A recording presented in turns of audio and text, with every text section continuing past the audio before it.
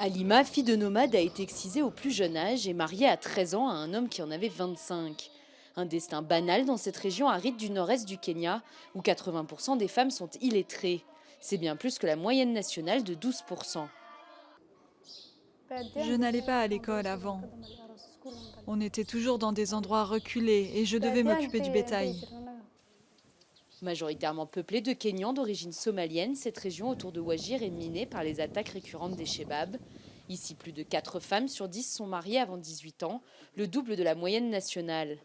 En juin 2015, l'ONG Save the Children, en collaboration avec le gouvernement kényan, a lancé un programme éducatif pour ramener les filles à l'école. Une initiative souvent mal comprise par une population nomade et très religieuse.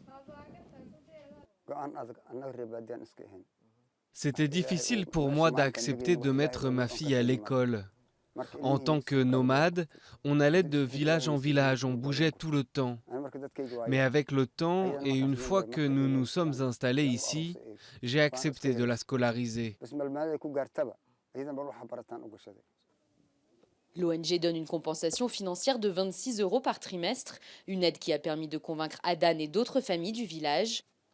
Pour Hussein, le mari, cette opportunité va changer la vie de son foyer, même si cela doit repousser l'agrandissement de la famille.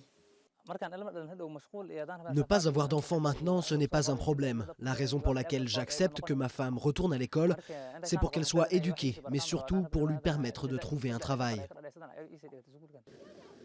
Halima espère devenir professeur des écoles et subvenir financièrement aux besoins de sa famille. À 16 ans, c'est la plus âgée de sa classe et la seule à être mariée.